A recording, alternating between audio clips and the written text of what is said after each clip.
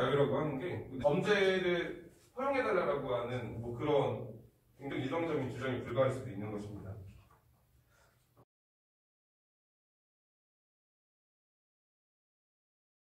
한편으로 어떤 이유에서 차별금지법을 제정하기를 희망하는지 차별금지법 입법을 위해서 적어도 20년 가까이 많은 단체들에서 노력을 한 것으로 알고 있습니다. 그 중에 가장 의미가 있는 부분은 첫 번째는 차별금지법이 생김으로써 어떠한 것이 차별이다. 그러니까 전통적으로 느끼지 못했었던 우리 사회에서 뭐 이런 거는 흔히 일어났던 일들이야라고 생각했던 것들이 이제는 이게 차별이구나, 내가 불합리한 차별을 받았었던 것이구나라는 것을 인지할 수 있는 그런 하나의 계기가 된다는 것입니다.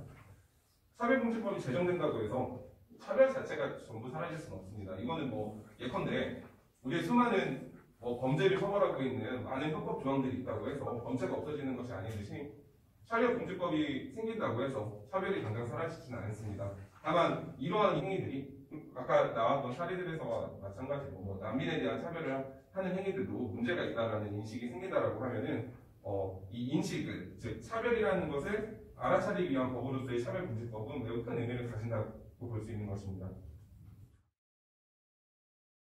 두 번째는 이 차별금지법을 포괄적 차별금지법이라는 용어를 사용하기도 하는데요. 이거는 이제 이런 의미를 가지고 있습니다.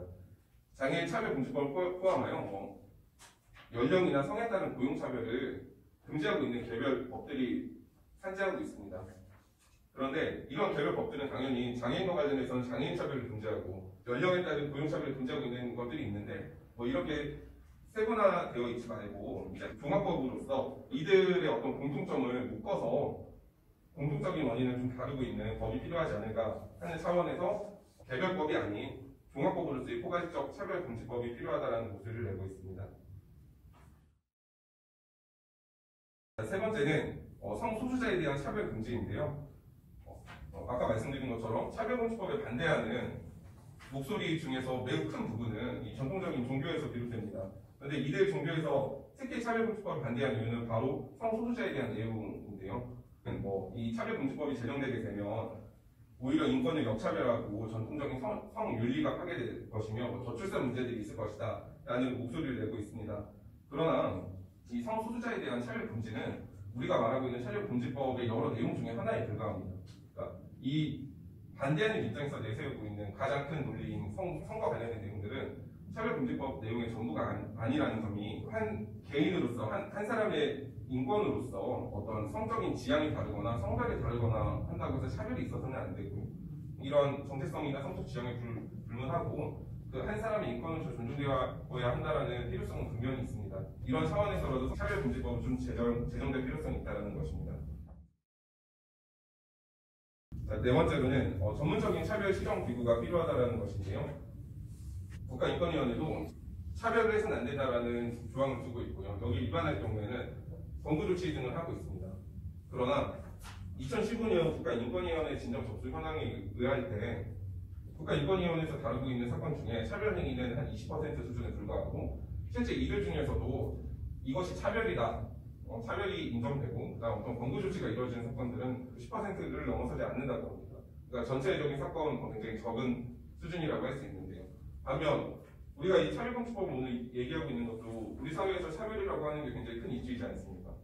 국가인권위원회의 기능만으로는 현재 사회에서 발생하고 있는 차별을 해결하기 좀 곤란하다는 점입니다.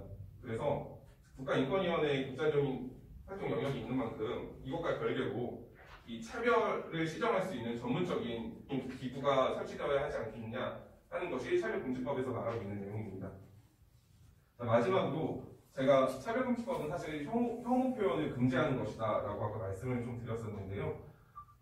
차별금지법을 반대하는 입장에서는 차별금지법이 제정되면 표현의 자유를 좀 침해하는 것이 아니냐 이런 우려를 많이 표하고 있습니다.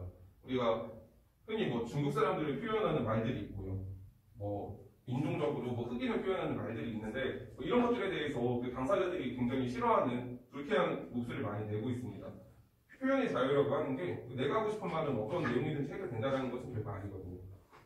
상대방이 들었을 때 불쾌하거나 또 이런 것들이 인권 침해에서 또 차별의 소지가 있다고 하는 내용들은 또 여기까지 표현의 자유가 허용되는 것은 아니기 때문에 어떻게 보면 차별금지법이 제정돼서 표현의 자유가 충돌된다라고 하는 것은 범죄를 허용해달라고 하는 뭐 그런 굉장히 이성적인 주장이 불가할 수도 있는 것입니다.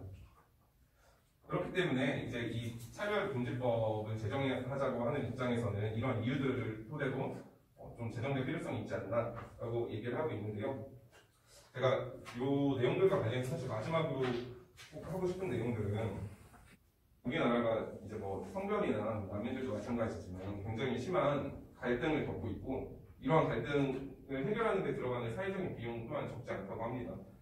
차별금지법이 제정되어야 하는 필요성에 대해서는 현재 많은 사람들이 공감하고 있고 다만 세부적인 내용에 있어서 이견을 좀 하고 있는 만큼 차별금지법이 어떠한 내용이고 어떠한 내용을 담고 있고 이 차별금지법이 목표로 하는 것이 어떤 것인지를 좀 정확하게 인지하는 것이 꼭 차별금지법을 만들어야 한다는 것뿐만 아니라 우리 사회에서 나타나는 여러 차별과 좀 불합리를 시정할 수 있는 출발점이 아닌가 싶습니다.